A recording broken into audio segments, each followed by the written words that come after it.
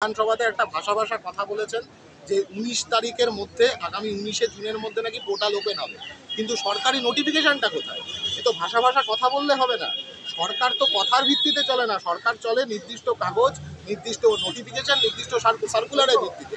এখনো আজ অব্দি উনি 3 দিন আগে বিধানসভায় বলেছেন 19শে জুনের মধ্যে পোর্টাল ওপেন হবে, এখনো পর্যন্ত তার কোনো সরকারি নোটিফিকেশন, তার কোনো সরকারি সার্কুলার এখনো পর্যন্ত জারি হলো না। ওয়েবসাইট খুললে দেখা যাচ্ছে পোর্টাল ওপেনের ডেট, তার পাশে লেখা আছে যে লেখা আছে যে উইদিন 19 জুন, এবং তার পরের যা পর্যায়ক্রম, ফার্স্ট রাউন্ড অফ কাউন্সিলিং কবে অবধি অ্যাপ্লিকেশন প্রসেস চলবে, সেকেন্ড রাউন্ড অফ কাউন্সিলিং কবে হবে, কবে মেরিট লিস্ট বেরোবে, এই গোটাটার পাশে লেখা আছে টু বি নোটিফাইড লেটার।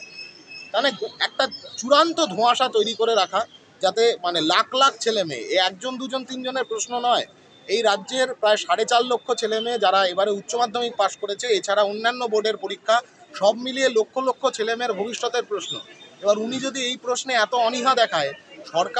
সরকারের যদি নিজস্ব মিনিমাম সদিচ্ছা না থাকে